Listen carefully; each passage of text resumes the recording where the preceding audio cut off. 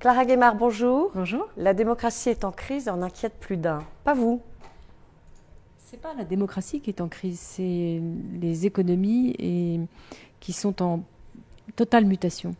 On est en transformation majeure de la façon dont on a vécu depuis 70 ans. Je pense que les historiens plus tard diront que ça a été une parenthèse de l'histoire où le monde a cru d'une façon exponentielle et on a toujours pensé que le mieux c'était le du plus. Et aujourd'hui, on revoit tous les paradigmes, on se rend compte qu'il faut protéger la planète, qu'aujourd'hui ce qui compte c'est le respect, c'est l'engagement, c'est des nouvelles valeurs qui émergent. Et la démocratie ne s'est pas repensée, elle n'a pas repensé ses outils de la démocratie. Alors qu'aujourd'hui, quand on va acheter son billet d'avion, on va tout de suite mettre une appréciation sur Internet. Aujourd'hui, on élit quelqu'un pour 5 ans. On n'a pas repensé la démocratie. Donc, c'est tout simplement les outils de la démocratie aujourd'hui qui sont en crise. Mais je ne pense pas que la démocratie en soi soit la question. Tout à l'heure, vous parliez de l'économie bienveillante. Vous pouvez nous donner des exemples ? L'économie bienveillante, ou plutôt le mouvement pour une économie bienveillante, c'est www.mouvementéconomiebienveillante.com. C'est une idée très simple, c'est la conviction que les entreprises qui partagent réussiront mieux que les autres, ou réussissent déjà mieux que les autres, et qu'une entreprise, elle est engagée dans le bien commun.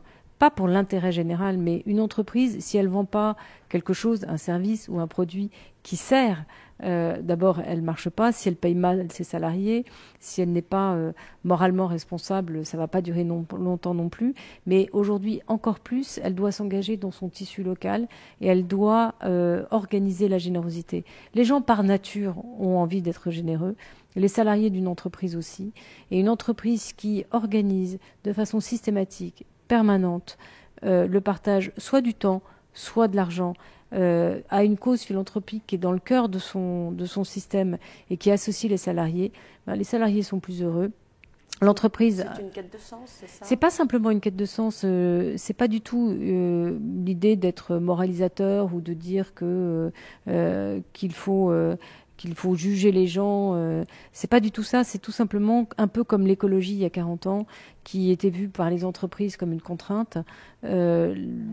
Avec Gonzague de Binière, puisqu'on a lancé ce mouvement ensemble, on a la conviction très profonde que les entreprises qui organisent le partage de la réussite sont plus performantes, tout simplement parce qu'elles recrutent les meilleurs salariés. Elles jouent dans le tissu social et dans le tissu économique et elles permettent à d'autres de développer leurs talents et de rendre le monde plus grand. Nous, avec la création de Raise, où on donne 50% de ce qu'on gagne à une fondation pour l'entrepreneuriat, finalement, on a accueilli 2000 entrepreneurs. On accompagne 200 startups. Ça nous a donné un savoir-faire et une connaissance du monde nouveau qui émerge, qui fait que, en tant qu'investisseur, on investit mieux, on choisit mieux les entreprises avec lesquelles on veut travailler, et surtout, elles nous choisissent parce qu'on a une capacité opérationnelle à leur offrir. Et nos actionnaires, qui sont des grands groupes ou des institutionnels ou des family office, eux ont envie d'investir chez nous parce qu'ils savent qu'on choisira mieux les entreprises et qu'on peut aussi leur apporter une connaissance fine de ce qui est en train de se passer aujourd'hui et qui construit le monde de demain. Vous avez écrit il y a quelques années un livre avec votre fille et vous montriez les différences entre les deux générations. Comment vous les résumeriez ? On parle aujourd'hui beaucoup de la génération millénium en disant que c'est la rupture technologique qui leur donne accès au monde digital, à un monde horizontal. Et on voit cette rupture comme une rupture technologique. Alors qu'en réalité, la différence entre ma génération, qui est post-68, et la génération millénium, c'est qu'ils n'ont pas les mêmes valeurs que nous. Ils n'ont pas les mêmes repères que nous.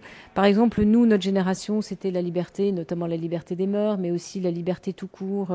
C'est la quête individuelle de capacité à gagner plus d'argent, à consommer et d'avoir une place dans la société. La génération millénium, elle, sa maison, c'est la planète. Donc sa première préoccupation, ça va être le souci écologique, la conscience qu'elle a un impact dans ses actes quotidiens, dans ce qu'elle fait pour l'environnement, mais aussi pour les autres. Et c'est une quête de sens sur le respect et sur l'engagement et sur le partage. Et leur premier souci, c'est d'être heureux. C'est pas d'être riche, mais c'est d'être heureux. Et que la capacité à pouvoir vivre avec des amis, avec des gens qu'ils aiment, avec une harmonie de vie professionnelle et de vie familiale est beaucoup, beaucoup plus importante que ce qu'il y a sur le compte en banque. Il faut bien sûr qu'il y ait de l'argent, mais... La démocratie ira mieux demain? En tout cas, la démocratie, elle ira mieux quand elle comprendra qu'aujourd'hui, nous sommes la première génération qui doit apprendre de ses enfants, parce que ce sont les milléniums qui savent comment il faudra exercer la démocratie de demain. Très belle conclusion, merci. Au revoir Clara Guémard. Au revoir.